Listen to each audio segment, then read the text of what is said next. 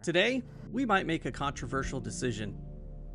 We'll make some bold statements. If you're no good at the game operation, you're not going to be good at this.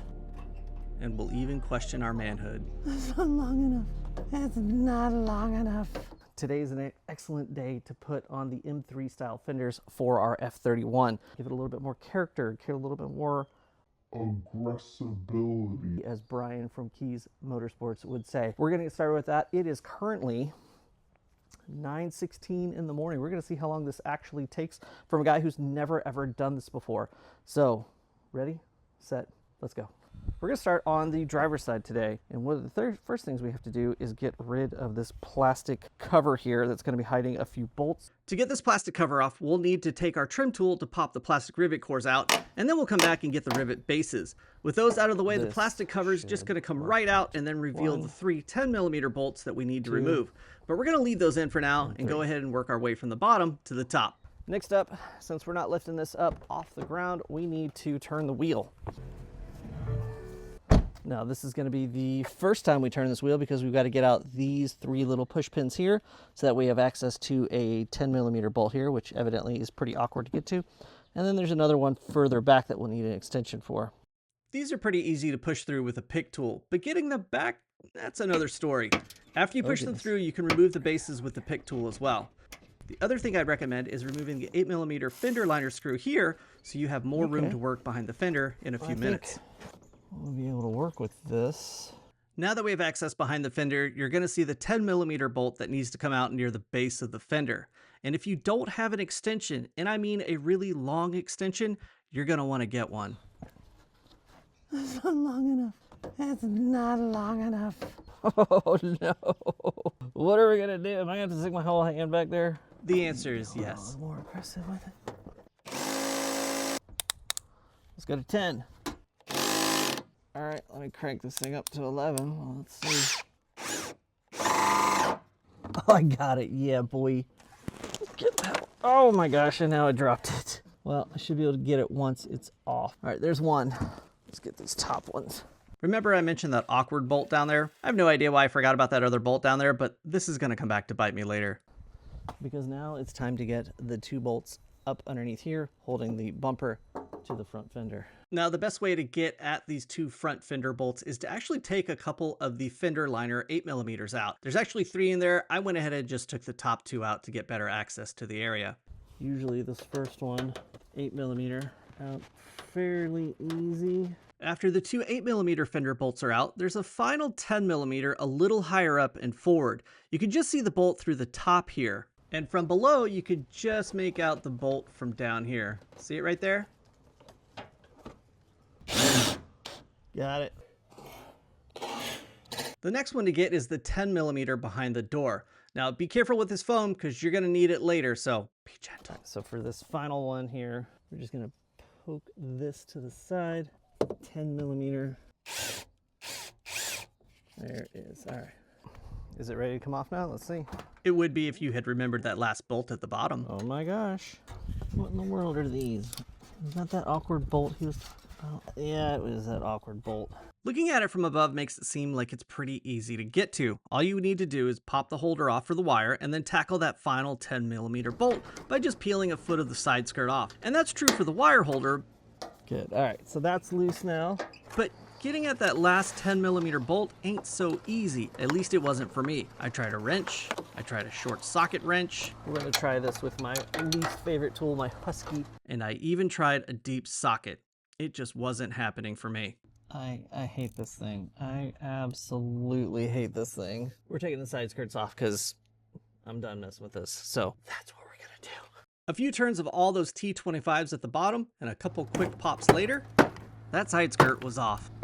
And I should have totally done that all in the first place. Where'd that come from? I clearly forgot that I had dropped that thing earlier. Oh my gosh, and now I dropped it. All right, now that the side skirt's off, there it is. We got it. All right.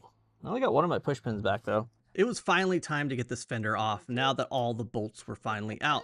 But how long did it take us to get to this point, having never done this before, even with all the mistakes? This we're gonna leave right there. Not too bad. How long did that take? 10, 15, about an hour. And that's just because I wasted so much time trying to get the last little bolt off the bottom. Should have just taken the side skirt off the whole time. So now all we gotta do is transfer over a whole bunch of pieces from there to here, and then we're good to go. So let's get it done. Transferring over all the parts is pretty straightforward. There's about 2 or 3 U-clips that get transferred over, a bracket at the bottom of the fender, and a bracket located near the front of the fender that was sitting just above the headlight. So with the plastic piece, there's 3 little alternating tabs. You have to push in the little tabs so that way it's unseats. And then from here, it's just gonna snap right back in. The bracket at the front of the fender is a little tricky to get off, but this is the one that allows the front bumper to secure itself to the front of the fender. To get it off, you're going to need a pry tool and a pick tool to remove a push pin. Once that's out, it should come right off. There it is. There's like a little push pin in here. Makes it pretty difficult to get out. My goodness. All right, now we got to transfer it over to the new one. To get the front bracket to sit right in the new fender, you may need to adjust the height of the plastic rivet that keeps it in place. And a good way to do that is to use your trim tool.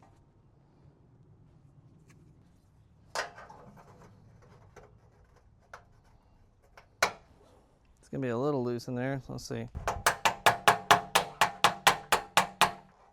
There it is. Okay. Little push and it pops right back in. Now that's pretty secure. Please fit on there perfectly. No problems. Just nice and easy. All the foam stays exactly where it needs to be. Looking good. Looking good. Yeah, don't fall off. Once you get the fender where you want it, it's time to loosely secure it so it doesn't fall off. So these have paint on them, so these are gonna go up here. Now just loosely. All right, now it's not gonna fall off. Whew. Oh, dude, did I not?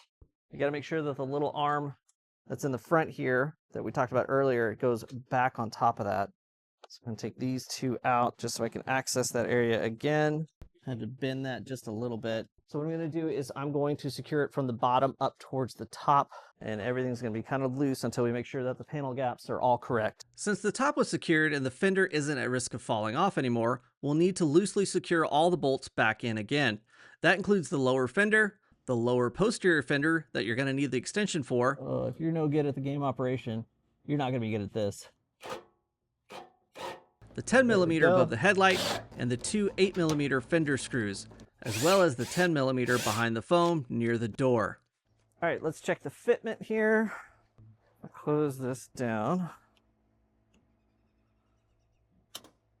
Ooh, super wide. Super duper wide. So that all needs to go in like that.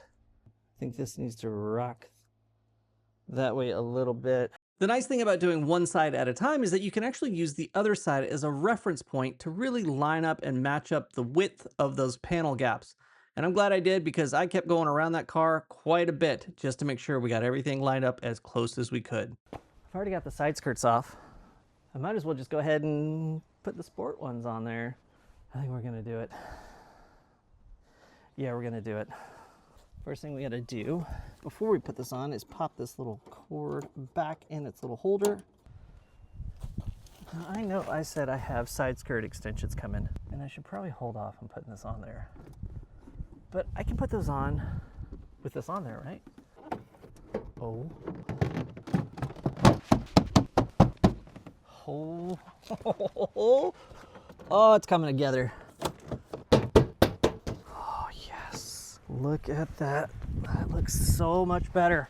And once you have that side skirt on there, when you go to secure it, make sure that the under tray actually goes on top of the bottom lip of the side skirt. That way you can properly secure it back to the car. The final thing we have to do is put on our side moldings here. The kit that comes from Keys Motorsport comes with a little vent here, and then also this little part right here that goes on the side. I went for the glossy black here. We've got to get all that on there.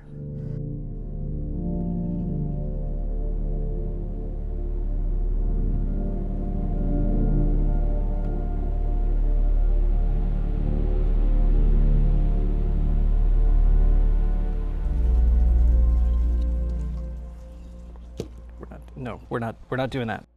Now that we've escaped the influence of the M badge, the grill for the fender is just going to clip right in. 11:58 in the morning. Not too bad. I mean, all in all, between struggling with that lower bolt, that's the one that took the longest, my family, and then talking with my neighbor, I maybe would have been done in about an hour and a half, 2 hours. So. But how long would it take to do it if you've already done it once before with less interruptions? To give you a better idea, I went ahead and ran the stopwatch on my phone and let it run while I did the passenger side, which went a lot smoother since we had already done the driver's side. So I was able to avoid my previous mistakes and kept the show moving. In the end, it took me 1 hour and 22 minutes to get both the passenger side skirt and fender removed and replaced with the new parts. The only thing left to do was to install the blacked out badges I got off Etsy and then get them on the car to enjoy the new look of my F31.